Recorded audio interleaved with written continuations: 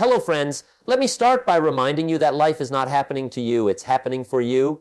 Every day, the world gives us raw material opportunities, challenges, disappointments, blessings. The question is not what happens, the question is what we do with it. That's where the positive mindset comes in. A positive mindset is not about ignoring problems. It's not about pretending everything is perfect. It's about choosing how you interpret, how you respond, and how you grow from every situation. You can't always control the weather outside, but you can control the weather inside.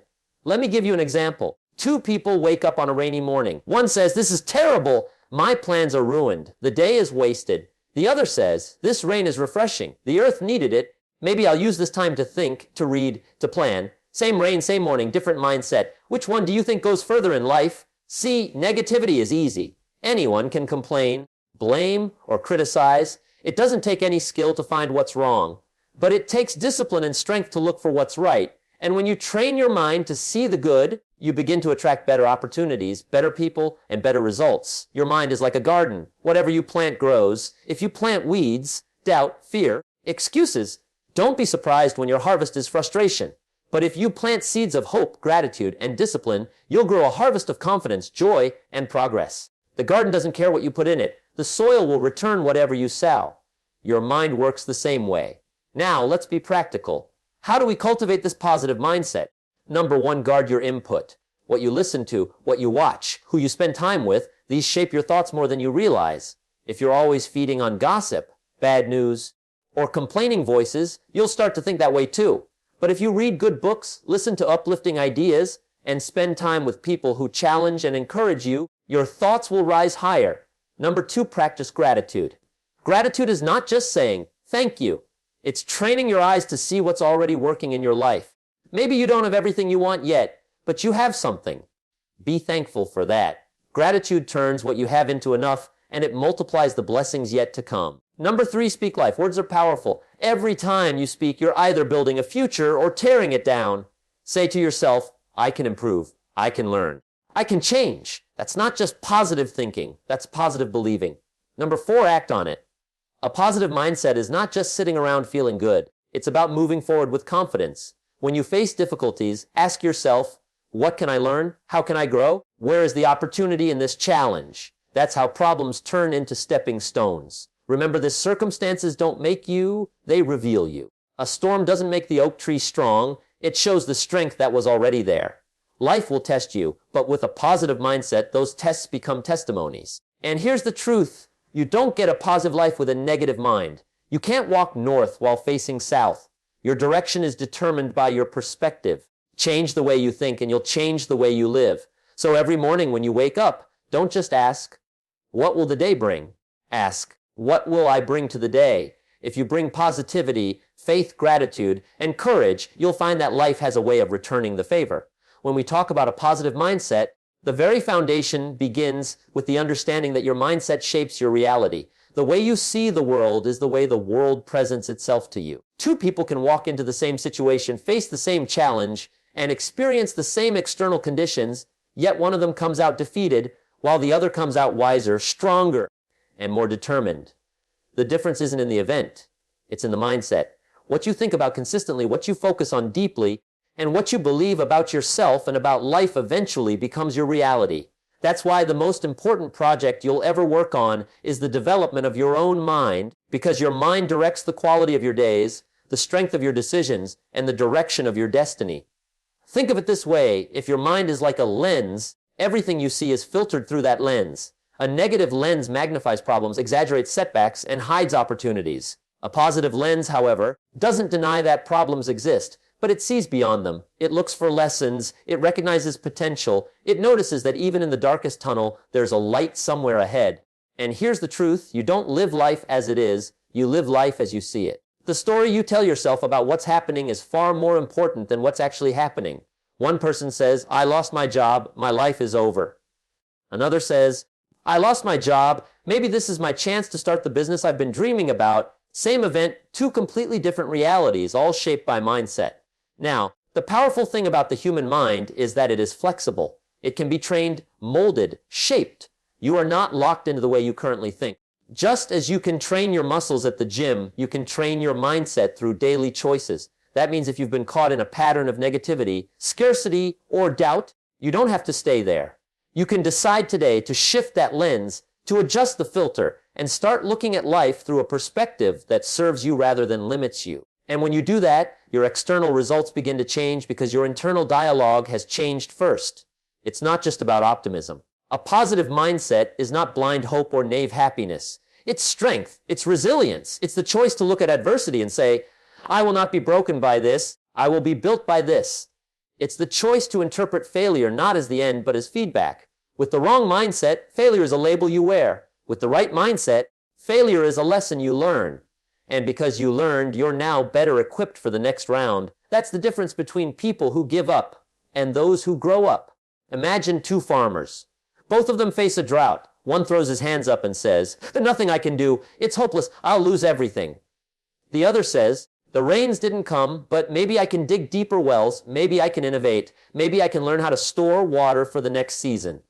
One farmer's mindset locks him into defeat. The other farmer's mindset opens him up to creativity and solutions. And as time passes, one loses all while the other finds a way to thrive. It wasn't the drought that decided the outcome. It was the mindset. And the truth is, reality bends toward the story you choose to believe. If you constantly tell yourself you're unlucky, if you constantly dwell on why things never work out for you, then your actions unconsciously align with that belief. You stop trying as hard, you stop seeing the doors that are open, you stop expecting good things to happen, and soon enough your belief becomes your experience. But if you choose to carry the belief that even when life is hard, you can learn, you can adapt, you can push forward, then suddenly your eyes open to options you didn't see before. That belief shapes your energy, your courage, and your willingness to keep moving, and soon enough that belief also becomes your experience. Every great achiever, every person who has turned setbacks into comebacks shares this common denominator, a mindset that refuses to surrender to circumstance. When they failed, they didn't see it as a wall, they saw it as a hurdle. When they faced rejection, they didn't see it as a judgment of their worth, they saw it as redirection. When they faced hardship, they didn't curse the problem. They thanked the challenge for making them stronger. That is the mindset that shapes reality into something useful.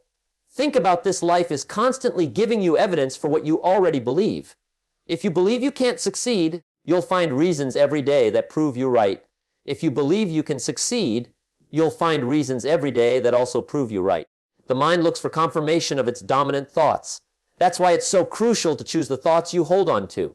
What you focus on grows, and what you dwell on expands. A positive mindset chooses to focus on possibility, on growth, on opportunity, and soon enough the world starts presenting more of it.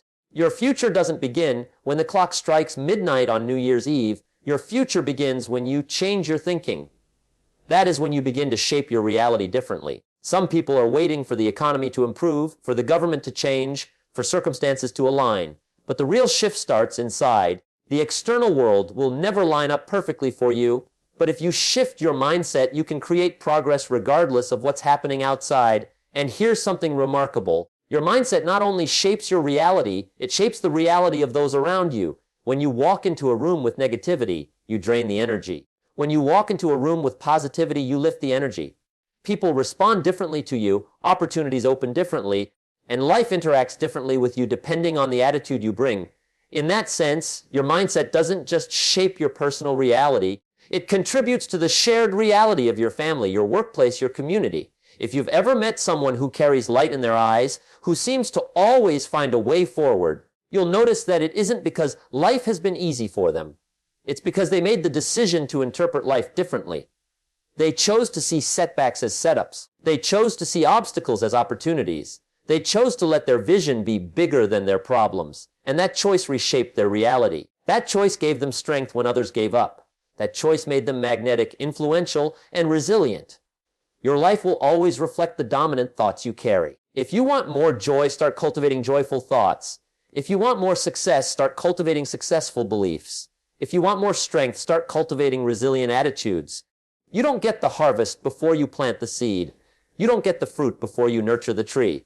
And in the same way, you don't get the life you desire before you shape the mindset that attracts and creates it. Guarding your input is one of the most powerful disciplines you can develop if you want to protect your mindset and shape the course of your life. The truth is, your mind is like a sponge. It absorbs what it is consistently exposed to. What you feed it will eventually show up in your attitude, in your words, in your habits, and in your results. Many people underestimate this simple truth, but the direction of a person's life is often determined not by what happens around them, but by what they allow into their mind on a daily basis. If you let in poison negativity, gossip, constant criticism, and fear, then sooner or later it will leak into the way you see yourself and the way you see the world. But if you feed your mind inspiration, wisdom, encouragement, discipline, and truth, then you give yourself the strength to think bigger, to rise higher, and to respond better. Think about it. What you read, what you watch, what you listen to, and the people you spend time with are all sources of input. If you spend hours consuming negative news, scrolling through complaints on social media, or surrounding yourself with people who always focus on what can't be done, how could you expect to remain positive? Your input programs your thinking, and your thinking programs your life. On the other hand, if you make it a habit to read books that challenge you, listen to mentors who inspire you, watch content that feeds your growth, and surround yourself with people who encourage and stretch you, then you create a mental environment that naturally pulls you toward progress. There is a saying, if you spend time with 5 complainers, you will become the 6th. If you spend time with 5 disciplined people, you will also become the 6th. It's not about pretending to be influenced. It's about recognizing that influence happens whether you're aware of it or not. The people you allow in your circle shape your standards, your expectations, and your vision of what's possible. That's why guarding your input is not just about information, it's about association. Who you choose to spend your time with is who you are becoming. Consider the way seeds grow in soil. The soil doesn't decide what grows, it simply nourishes what's planted. If weeds are planted, weeds grow. If flowers are planted, flowers grow.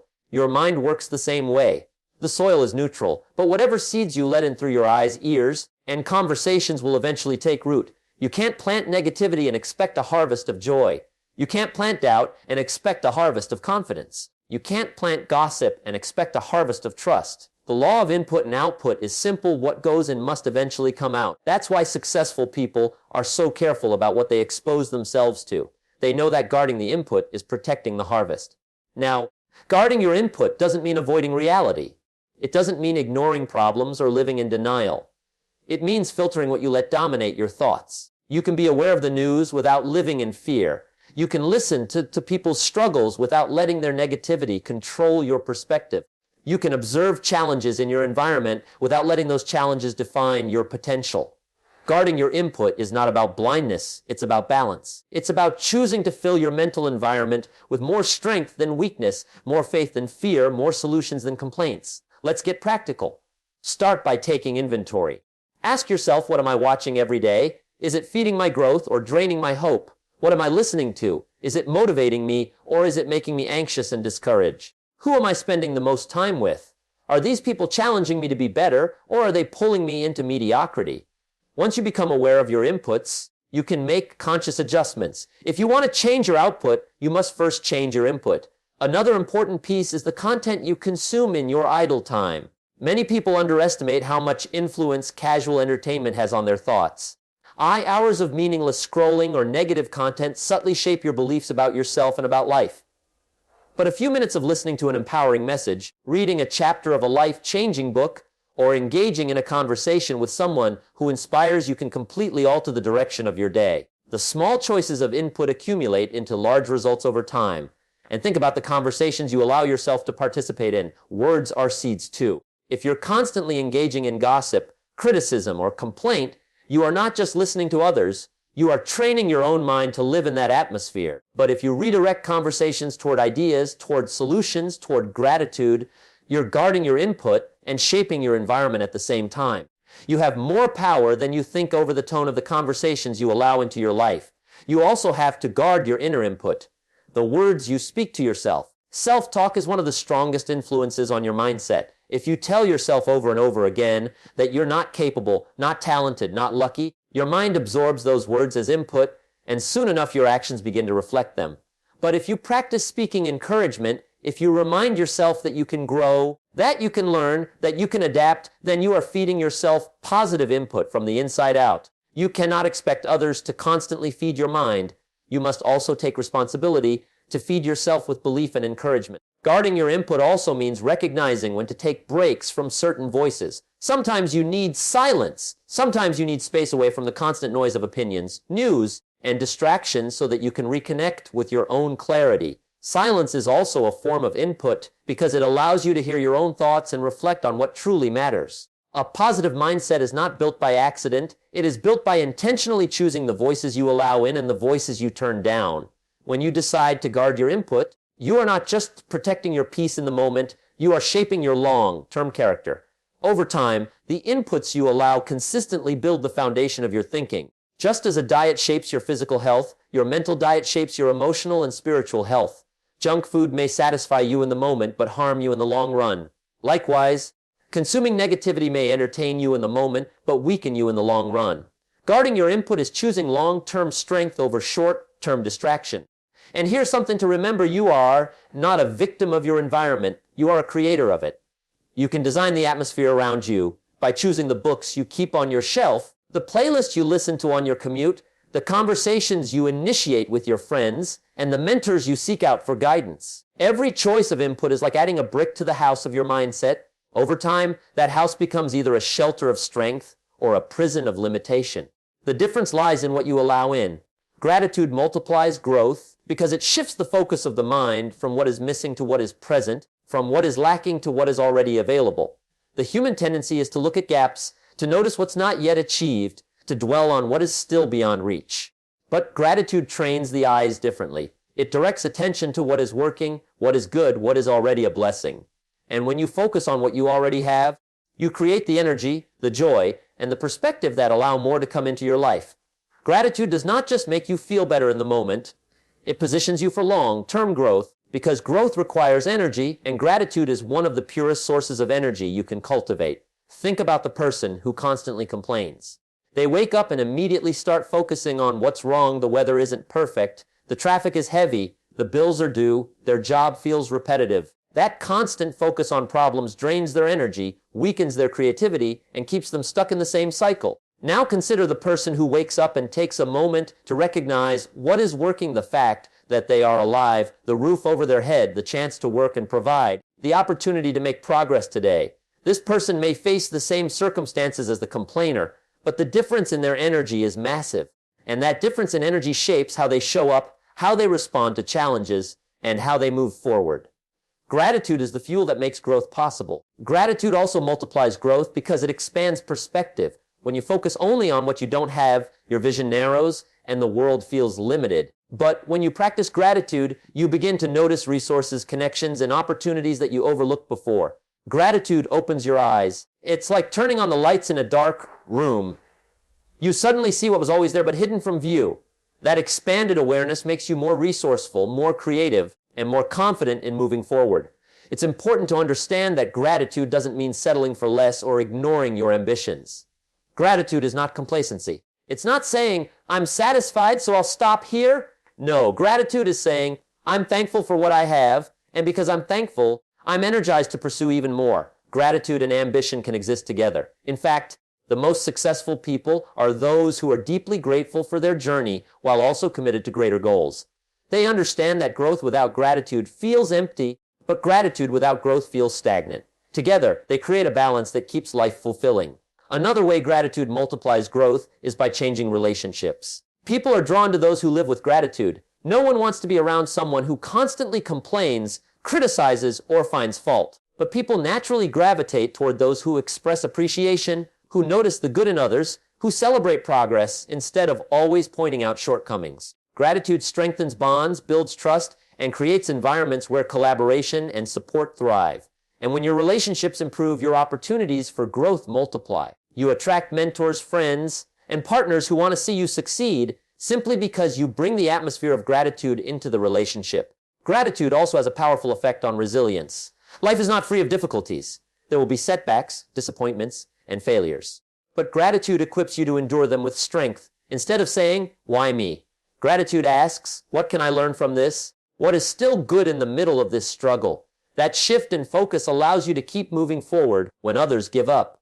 Gratitude is like a shield. It doesn't eliminate the battle, but it protects your spirit from being destroyed by it. And the stronger your resilience, the more consistent your growth will be, because consistency comes from the ability to keep showing up despite difficulties. You can also see the multiplying effect of gratitude in the way it influences your thoughts about progress. Many people make the mistake of dismissing small steps. They say, it's just a little progress. It doesn't matter. But gratitude notices even the smallest steps forward and celebrates them. That celebration fuels momentum. When you're grateful for small victories, you build the confidence to pursue bigger victories. Gratitude makes progress visible, and visible progress motivates you to continue. Without gratitude, you overlook the steps you've taken, and growth feels invisible. With gratitude, every step counts, and growth becomes tangible. One of the most practical ways to practice gratitude is to deliberately write down or speak out what you're thankful for each day. It doesn't have to be dramatic. It could be something as simple as the food you eat, the people you love, the lessons you've learned, or the opportunities to try again. This daily habit shifts your mental programming. Instead of your mind automatically defaulting to complaints, it begins to default to appreciation. And as that habit grows, so does your ability to handle challenges with grace and to notice opportunities with clarity. It's also important to extend gratitude toward the people who contribute to your journey. Too often, we overlook the support of others, the encouragement of a friend, the guidance of a mentor, the sacrifice of a parent, or the loyalty of a colleague. Gratitude expressed toward others not only strengthens relationships, but also deepens your own sense of humility. When you recognize that you are not succeeding alone, you gain perspective. That humility keeps you teachable, and teachability is one of the keys to sustained growth. Gratitude even transforms how you see time.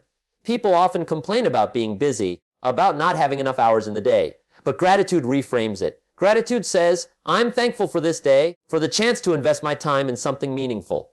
When you see time as a gift, you use it more wisely.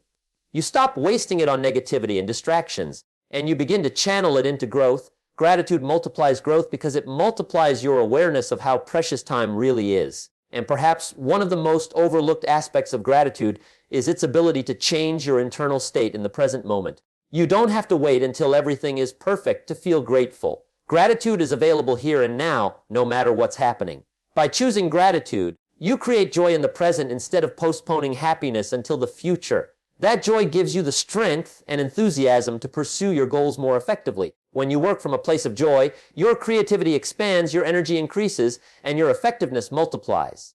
Gratitude doesn't just change the future, it changes the now.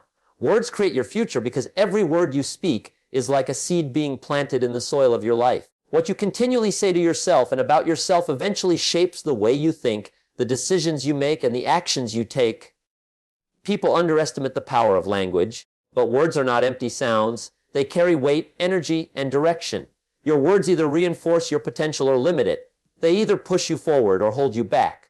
If you constantly speak words of doubt, words of complaint, words of weakness, you program your mind to believe that reality. But if you speak words of faith, words of possibility, words of strength, you are programming your future to align with those beliefs. Think about the conversations you have with yourself when no one else is listening. Self-talk is the most consistent conversation you will ever have, and it sets the tone for everything else in your life. When you say things like, I can't do this, I'm not good enough, I always fail, you are instructing your mind to find evidence to support those claims. The mind is designed to follow the direction it's given, and your words are those directions. If you tell it to focus on weakness, it will highlight weakness. If you tell it to focus on strength, it will highlight strength.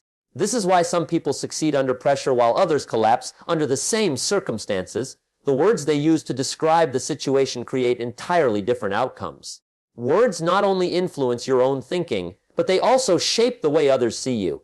When you speak with confidence, when you declare goals with clarity, when you communicate with conviction, people respond differently to you. They begin to believe in you because you believe in yourself. On the other hand, when your words are filled with hesitation, apology, and negativity, others sense that as well. Your language becomes a signal of your mindset. Strong words build credibility, weak words erode it. In that sense, your future is not only shaped internally, but also externally by how people respond to the words you consistently use. Consider a simple example. Two people face the same challenge. One says, this is impossible, I'll never figure it out. The other says, this is difficult, but I'll find a way. Which one do you think is more likely to persist, to discover solutions, to eventually succeed? The difference isn't in the challenge. It's in the words. One person shuts down their possibilities with their language. The other keeps the door open. That's the power of words. They don't just describe reality. They create reality by influencing how we act within it. Words also create patterns. When you repeatedly use certain phrases, they become part of your identity. If you always say, I'm terrible with money, you are reinforcing a financial identity of failure, and your actions will align with it. If you always say, I can't remember names, you're programming yourself to be careless about remembering. But if you say, I'm learning to handle money wisely, or I'm improving at remembering names, you give yourself a different identity to grow into. Words don't just express who you are, they express who you are becoming. History is filled with examples of people who spoke their future long before it appeared. Leaders, innovators, creators, they all declared with words what they envisioned before anyone else could see it. They said, we will succeed, we will build, we will change the world, and their words rallied people, created momentum, and eventually manifested into reality. Their words were not just descriptions, they were declarations. You have the same power in your own life. Every time you speak with conviction about your goals, your dreams, your potential, you are setting a direction for your future. But the opposite is also true. Words of defeat set a direction toward failure. Saying, I'll never get ahead, is like giving your future an instruction manual for stagnation. Saying, nothing ever works out for me, is like programming your future to confirm that belief. Words create self-fulfilling prophecies. If you want to know where someone is headed, listen to the words they repeat most often. Their vocabulary reveals their vision. Even casual words matter. Some people dismiss negative statements as jokes, but the subconscious mind doesn't treat them as harmless. Every time you say, I'm so unlucky, I'm so stupid, I'll probably mess this up, you're reinforcing limitations. You may not mean it seriously, but your subconscious takes notes. That's why it's important to be intentional, not just in formal declarations, but also in everyday speech. Replace careless negativity with words that uplift, encourage, and align with the future you want. Words also influence emotion. Try saying, I'm exhausted, I can't handle this, repeatedly, and notice how your body responds. You'll feel heavier, weaker, more discouraged. Now try saying, I'm a little tired, but I still have energy for what matters most, and see how your body reacts. You'll feel a shift, however small, toward strength. The language you choose sends signals to your emotions, and your emotions affect your behavior. Over time, the consistent use of positive words creates a more resilient emotional state, which leads to stronger action and greater results. It's also important to consider the words you use toward others. The way you speak to people shapes the quality of your relationships, and relationships play a massive role in your future. Words of encouragement, appreciation, and belief can unlock potential in others, strengthen bonds, and open doors you never imagined. Words of criticism, sarcasm, or carelessness can close doors, weaken trust, and create barriers. If you want a future filled with strong partnerships and support, fill your speech with words that build others up instead of tearing them down. The discipline of choosing words carefully requires awareness. Most people speak out of habit without realizing the long-term impact of their language. That's why developing mindfulness around speech is essential. Pause and notice, what words do I use most often? Are they words of limitation or words of growth? Are they words of complaint or words of possibility? Are they words that shrink my vision or words that expand it? This awareness gives you the power to change your vocabulary and, by extension, your future. One practical exercise is to create a list of empowering words and phrases that align with the future you want. Words like, I am capable, I am learning, I will succeed, I can adapt, I am grateful, I am disciplined. Repeat them daily, especially in moments of doubt. Over time, these words begin to feel natural, and when they feel natural, they shape your behavior automatically. Just as negative words program failure, positive words program progress. The key is repetition and belief. Finally, understand that words are like investments. Every word you speak today is an investment in the future you're creating. Just as financial investments grow over time, so do verbal investments. A careless phrase repeated daily compounds into a limiting reality. A powerful affirmation repeated daily compounds into an expanding reality. Words may seem small in the moment, but they accumulate into the future you experience. Choosing them wisely is one of the greatest responsibilities you have if you want to design a life of growth and fulfillment. Challenges reveal strength because adversity has a way of uncovering what is hidden within us. When life is comfortable and easy, when everything is going smoothly, you don't always see the depth of your character, the extent of your resilience, or the power of your determination. But when difficulties come, when the storm shows up, when the ground beneath you shakes, that is when the true measure of who you are begins to surface. Hardship does not create weakness. It simply exposes what is already there, and it gives you the chance to build strength you didn't know you had. Think of the oak tree standing in the middle of the field. On calm days, you don't notice the roots. You don't think about how deep they go or how firmly they hold the tree. But when the wind begins to blow and the storm begins to rage, that is when the roots are tested. If they are shallow, the tree falls. If they are deep, the tree stands tall, no matter how fierce the storm. In the same way, challenges test the depth of your roots. They show whether your foundation is strong enough to handle life's pressure, and if it isn't, they give you the opportunity to grow deeper, to strengthen your base, to develop qualities you otherwise would not have discovered. The interesting thing about challenges is that they are impartial. They visit everyone. No one escapes struggle. You may see someone who looks like they have it easy, but behind closed doors, they face battles too. The difference lies not in the presence of challenges, but in the response to them. Some people run from hardship, avoiding discomfort at all costs, hoping life will always be smooth. But in avoiding challenges, they avoid growth. Others embrace challenges, not because they enjoy pain, but because they understand that the struggle is a teacher. They see difficulty not as a punishment, but as a training ground. They know that muscles are only built under resistance, and character is only built under pressure. Every challenge carries within it a lesson. Some lessons come wrapped in failure, others come wrapped in delay, others come wrapped in loss. But each one, if faced with the right mindset, makes you stronger. You learn patience when things take longer than expected.